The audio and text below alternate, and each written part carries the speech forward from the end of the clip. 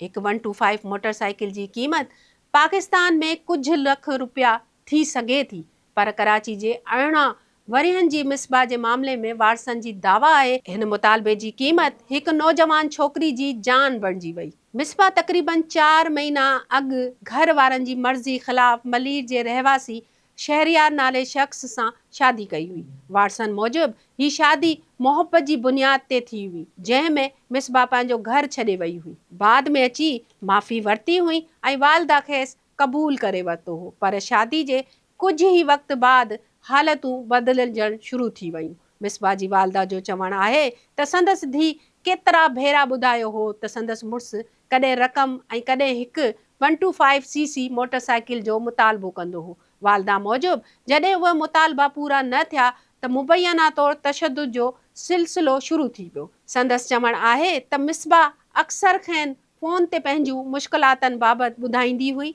ऐं चवंदी हुई त संदसि मुड़ुसु खेसि मारकुट जो निशानो बणाईंदो आहे। वाटसन मूजिब मोटरसाइकिल जो मुतालबो वक़्त गुज़रण सां गॾु हिकु मुस्तक़बिल दबाव में तब्दील थी वियो हो। मिसबा जे भाउ उस्मान जो चवणु आहे त संदसि भेण ख़ौफ़ जे साए में ज़िंदगी गुज़ारे रही हुई।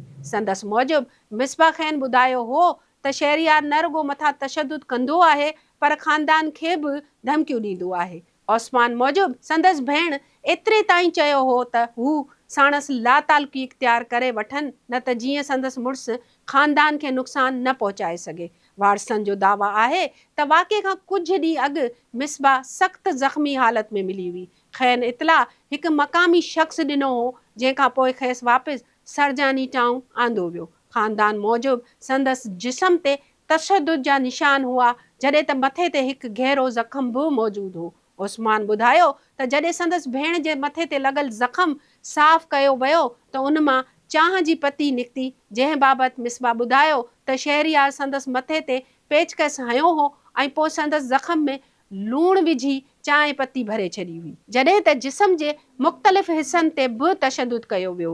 वालदा जो चवणु आहे त ज़ख़्मी हालत में बि मिसबा खेनि ॿुधायो हो त खेसि मोटरसाइकिल ऐं रक़म जे मुतालबनि सबबि मुसलसल तशद्दुद जो मुंहुं ॾिसणो पियो। संदसि मूजिब धीउ ॿुधायो हो त मथसि मुख़्तलिफ़ तरीक़नि सां तशद्दुद कयो वेंदो हो ऐं हू पंहिंजी जान लाइ ख़ौफ़ज़दा हुई। सूमर ऐं अंगारे जे विच वारी राति मिसबा जी हालत ओचितो ख़राब थी वई। वाटसन मूजिब हू वॉशरूम में वई ऐं उते ई किरी पई। जॾहिं खेसि उथारियो वियो त हू दम ॾेई चुकी हुई। बाद में मौक़े ते पुलिस पहुती ऐं लाश खे क़ानूनी कार्रवाई लाइ इस्पताल मुंतक़िल कयो वियो। पुलिस जो चवणु आहे त वाक़े जी जांच जारी आहे ऐं मुख़्तलिफ़ पासनि खां सबूत गॾु कया वञनि पिया। जॾहिं त वाटसन जो मौक़िफ़ आहे त हिन केस जो मरकज़ी नुक़्तो उहो 125 सीसी मोटरसाइकिल आहे, जंहिंजो मुतालबो बार बार कयो वञी रहियो हो। हीउ वाक़ियो सिर्फ़ हिकु नौजवान छोकिरी जी मौत जी कहाणी न, पर हिकु अहिड़े मुतालबे जी दास्तान बि आहे जेका मुबैना तौर तशद्दुद,